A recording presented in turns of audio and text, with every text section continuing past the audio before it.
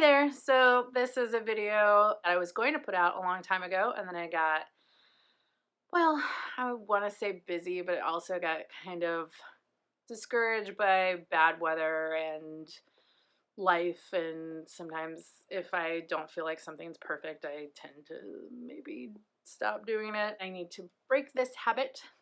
So what you're going to see here is me in a very different outfit when it was a little colder, because now I'm wearing short sleeves. Yay. Talking about the books that I read in February. Um, I'm going to do probably another short video to put out for the books that I read since February. I haven't decided whether or not I want to do like a March reads, because I didn't read much in March, or if I just want to tack that onto April's. So you guys will find out when I put out other videos. But for now, these are the books that I read in February from my TBR game, as well as some books that I read for fun and for my job, which is kind of sometimes the same thing. So without further ado, here are the February wrap up. You know, it's April, but whatever, who cares? Just want to get it out there. So thank you for watching, and here we go. All right, for the first thing on my TBR this month was the Lower School series. I was gonna read books 1 through 3, and then I decided I didn't want to do that. So the book I did read was Donut Dreams, Hole in the Middle, which is the name of the individual book. The series is called Donut Dreams. And that's by Coco Simon. She also writes books called The Cupcake Diaries. My kids really liked those a couple years ago, and I was hoping to get some of this year's third graders into this. And ironically, right before I did this review, a couple of them checked out some books later in the series, and I felt really bad because I had books 1 through 3 at home. But hopefully they'll get into it and they'll want to go back and read the first one. So in this particular book, so the series overall is of these girls in this family. So the family owns a diner in this small town in, I think it's supposed to be Illinois. And everyone works at the diner. The grandma and grandpa started it. The grandpa runs the restaurant part of the diner, and the grandma was the one that started making donuts and selling them like kind of off to the side. And there's some older cousins, like some teenage age cousins that work there, and of course the parents work. Like everybody works at the diner.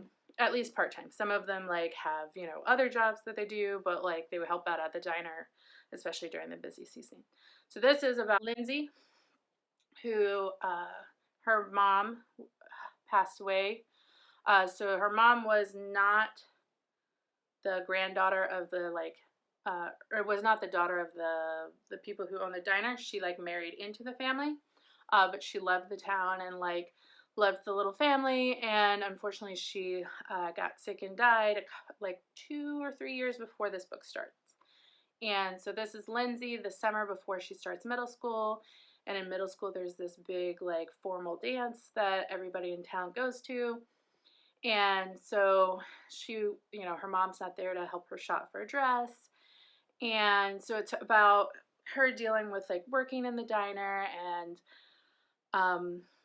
dealing with like the reality of her mom not being around. It was very sweet, and to be honest, I kind of teared up at the end. I thought it was really good for a little kid's book. It really like got me even as an adult. So I definitely recommend this one if you have kids that really like slice of life kind of stories. This is a really good one. And then there's more in the series. They cover some of her cousins, and she has a best friend that's the same age, and they're really tight. And so each book is about like a different one of these kids, and I'm sure they'll come back to Lindsay again at some point. I haven't double checked, but I can't imagine that isn't the framework of this particular series. So that is Hole in the Middle in the Donut Dreams series by Coco Simon. The next book I read was Blood Heir. With this one, it's an Anastasia retelling. It's set in this country where certain people have what are called affinities, and they're called aphanites, and they can control certain elements and things. It's not just elements in this one. so that's why it's hard to explain. Like, it's not, you know, like they're airbenders or something. There are people who can control like fire and earth and stuff like that, but there are also people who can like control feelings like fear, or they can control blood, in the case of our main character, who's our Anastasia like character. In this book, she has, you know, her mother. Her mother is dead. Her father has been murdered. She has been accused of her father's murder, and her brother, her sickly brother, is on the throne. And she, I think she faked her death, if I remember correctly, at the beginning of the story. And so she's off to find the murderer. Overall, I enjoyed this story. I thought that the parts about the indentured servitude slash in reality slavery were actually very well done. I do think that a lot of the criticism against this book was very misplaced. I think that once you understand that this is an allegory for modern slavery, and the way that people who come, like, go to different countries, they need to be sponsored to go to those countries, so they have to like sign these employment contracts that are actually tantamount to slavery. Once you understand that's what we're going for, the book makes a little more sense. Some of the things I didn't like about this book is there were certain relationships that I know that I was supposed to be feeling something, but the way those relationships were set up didn't make me feel as much as I should have. Like, there's at the beginning of the book, she's traveling with this young girl named, I think her name's May. Yes, May. Sorry. Yes, her name's May. And you can, you know, like, you're led to believe they have this very close relationship, but they start the book together. You don't see them meeting and getting to know each other, and you're supposed to just have these like feelings about their relationship because she's a young girl. Like, she's, you know, supposed to be like 10 or maybe.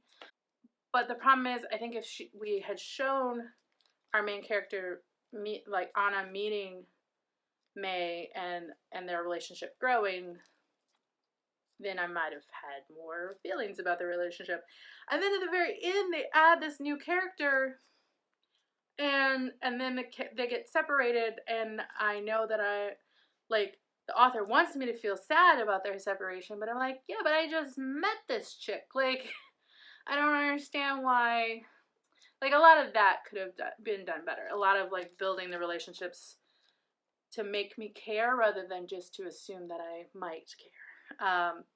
That being said, I'm gonna read book 2. I checked it out from the library.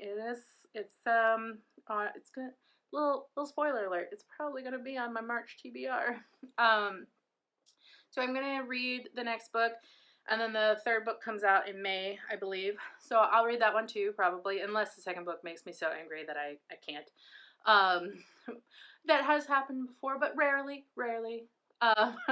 So I think it's a good start to a series. I'm interested to see where it goes. I do hope that like that kind of relationship building gets a little bit better. I mean, the relationship between the main character and the love interest is pretty good, but I feel like that's where we spent most of our time. Which is fine. Like, it's pretty common, like, YA fantasy to like be like, oh yes, we must focus on the love story, sometimes to the detriment of all the other stories. But I will give the next one a chance. I think I give this like I probably gave it a 4. It's like the kind of thing that I wish I could give it like 3.75. Because like 3 is like, you know, my average, like, I liked it, but I'll probably forget about it. And so that's between the 3 to 4 range is where I'm like, well, it was better than average, but like not amazing. So, I'm interested to see where it goes, though, because a lot of times, you know, book 1s have to spend so much time world building, and a lot of times the second book is where you get more into, like, some of the character stuff and some of the, like, relationships, and that's what I'm hoping for. We'll see how it goes. So that is Blood Heir by Amy Winshaw. Next up is the first book in what I like to call the Men Are Trash in February series. Mainly because I read 2 books where, like, at the end I was like, well, men suck. That was kind of the overarching theme of this story. And this one is Girls Made of Snow and Glass. This has been on my TBR for quite some time. I picked it up a while ago, read like the first third of it, and then kind of didn't want to read fantasy anymore at that point. So I put it down, and so I had to start it from the beginning because I didn't remember enough. So in this book, we have it's a Snow White retelling, and our evil queen is named Mina, and our Snow White is named Linnet. And it alternates between the 2 perspectives. Mina's story is set in the past until we get towards the end. So you get to see her. She's the daughter of a magician, and magicians are not, they're kind of feared and reviled in this land because of a curse that's happened in the north because of magic. Also, turns out because her dad is a creep, and so, like, it's not just that they hate magicians, it's kind of that they hate her dad because he sucks. And we follow her, like, with her dad in, like, feeling out of place in this little town, and then moving up north, and meeting the king and marrying him, and meeting the Snow White character, Linnet.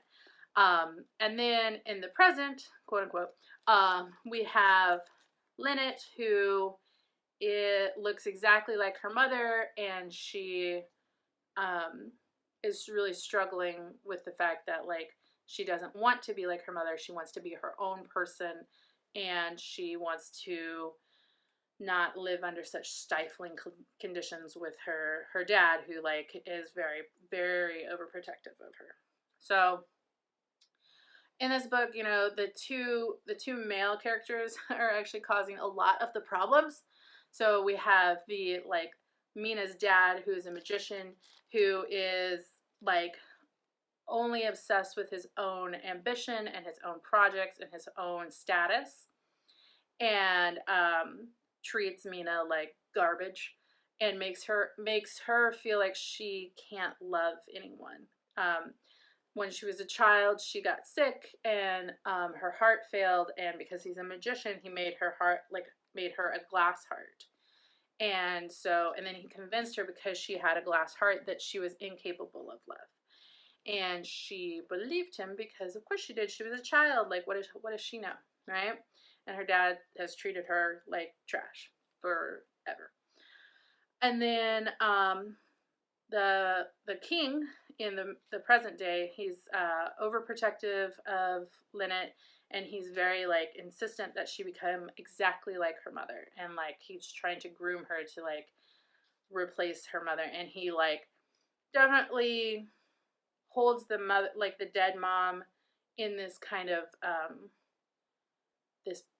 this impossible position of, like, he thinks she's just this perfect pedestal woman, like, that she, you know, could do no wrong. And, like, so he loves, like, an idea of a person because she's dead and she can't be a flawed human being in the real world. So he can create this, like, perfect image in his mind of, like, this perfect woman. So he also keeps Mina and Linnet. He tries to, like, drive a wedge between them, because he's like, well, you know, like, I don't want you to replace your mother. And it's like, well, I didn't know my mom. Like, she died when I was a baby. Like, and, like, Mina has been the closest thing she's had to a mother. And because of all the crazy, you know, like, because of all these men, these 2 women who should be, like, you know, this, like, lovely mother and daughter pair, have been, like, convinced by the men in their lives that they should be rivals. And it's basically how they navigate that and work through it. There's also, you know, this, I'm sure a lot of reviewers have mentioned, but there's some LGBTQ representation. It is kind of a side story when it comes to, like, being, like, if you were looking for a sapphic romance, this is not your book. Like, there is one, but it is very much shunted off to the side. So Which is not to say it doesn't have any value, but like if you're like, oh, I want to like have a whole book about two women who fall in love, not your book. This is very much a mother-daughter story. So I do appreciate the representation, but like I said, if that's what you picked up the book looking for, I would suggest so many other books. But if you're looking for a story about the complications of mothers and daughters, this is the one for you. And it's a fun retelling.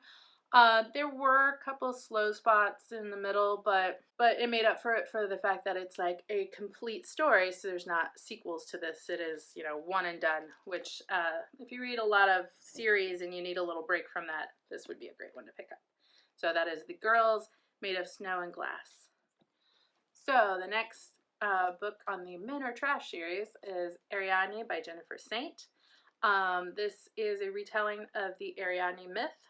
Ariadne being the sister of the Minotaur, the daughter of King Minos, and the one who helped Theseus defeat Minotaur by giving him a string that would lead him through the labyrinth. So it's a great retelling. If you liked Circe by Madeline Miller, it is definitely going to be up your alley. You will finish the book and be like, wow, mythological men are the worst. But to be fair, if you kind of read between the lines on a lot of those myths, they are really terrible to the women in their lives. Like anything about Troy, for example, so it follows both Ariadne and her sister Phaedra, who is a common.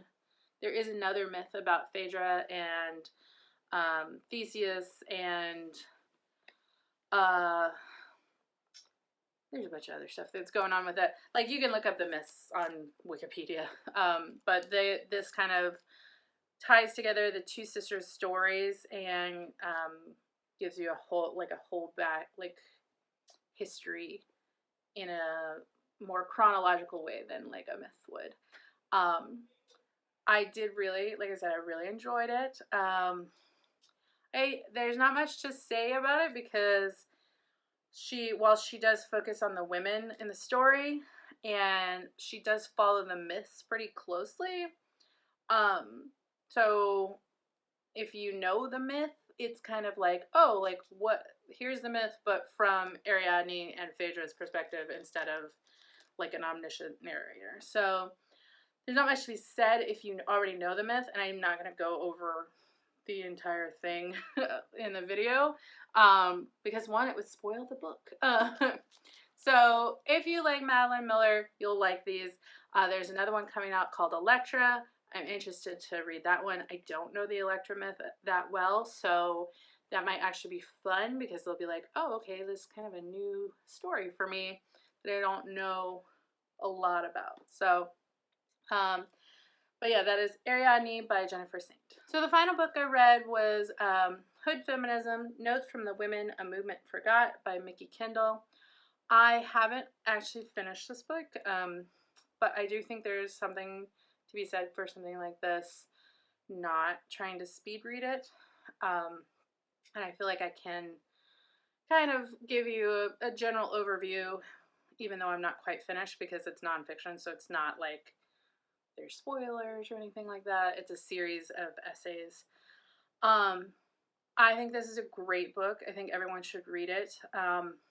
She kind of goes over the things that we as a people should be talking about as far as making sure all women are getting equality and equity, instead of focusing on, increasing, like the big thing is, like, instead of focusing on increasing the power of white women to be equal to white men, let's go back and make sure that all women have access to things like food and affordable housing, and I'm trying to remember all the things. There's so much. Dealing with gun violence, which affects many communities and affects women disproportionately. Dealing with stuff like missing women, and the fact that, like, The murder rate might be a lot higher than we think it is because a lot of women are especially marginalized women are marked as missing instead of murdered. So it's a great book if you're interested in intersectional feminism. Like, it's pretty much exactly what she's talking about, is how the intersection of race and class and gender come together to make life more difficult for some women, and that aren't me, actually. Let's be honest. I am a white middle class woman. I have it a lot better than a lot of people. So I think it's a must read for anyone. Well, I think it should be a must read for everyone, but I think it's a must read for anyone interested in intersectional feminism. She doesn't pull any punches. She's not worried about your feelings. You might have moments in your head where you're like, hey, now, and then you're gonna have to check that feeling because it's probably some ingrained bias. But it's a great book. I'm listening to the audio. My only complaint about the book is the audio. I know audiobooks will take multiple takes and blend them in together into one book, but sometimes it's odd, because her tone of voice will change in the middle of a paragraph. It's like it'll get higher or lower, and I know that's just them taking the best takes that they had and putting it together into one audiobook, but sometimes it throws me off a little bit. But that's not her fault. That's the audiobook's people's fault. But I think that would be my only complaint about the book. Otherwise, I think it's a very powerful read. I think it's necessary read to understand how problems are still happening in marginalized communities that aren't happening in other places, and that we're not saying or doing enough about it, and that women don't think it's a feminist problem. It's an activist problem, or I'm sure there's but a lot of these things are disproportionately affecting women in those communities. Stuff like the hunger and housing. The majority of people who struggle with affordable housing and hunger issues are women with small children, in marginalized communities, and that's a real thing. They're women, and we as other women should care about that and should be saying more about that, and demanding more of our politicians to make that better. So Hood Feminism by Mikki Kendall. I think it's a must read. I haven't quite finished it yet, so but I do think it's one of those books that it's more important to sit with it for longer than it is to finish it for a TBR, if that makes sense. So those were the books I read in February. Should have put that out at the beginning of March instead of mid-April, but I'm still finding my groove and scheduling and motivation to continue with this particular channel. If you enjoyed what I had, like and subscribe. Put a comment down below if you read any of the books that I reviewed today. Let me know if you liked them or if you didn't like them. Why not? I'm also open to if you liked that book, you should read this other book. I love getting new suggestions. So please comment below. This is such a supportive community, and I love reading people's comments. So I hope to hear from you soon. Otherwise, I will see you next time. Thanks.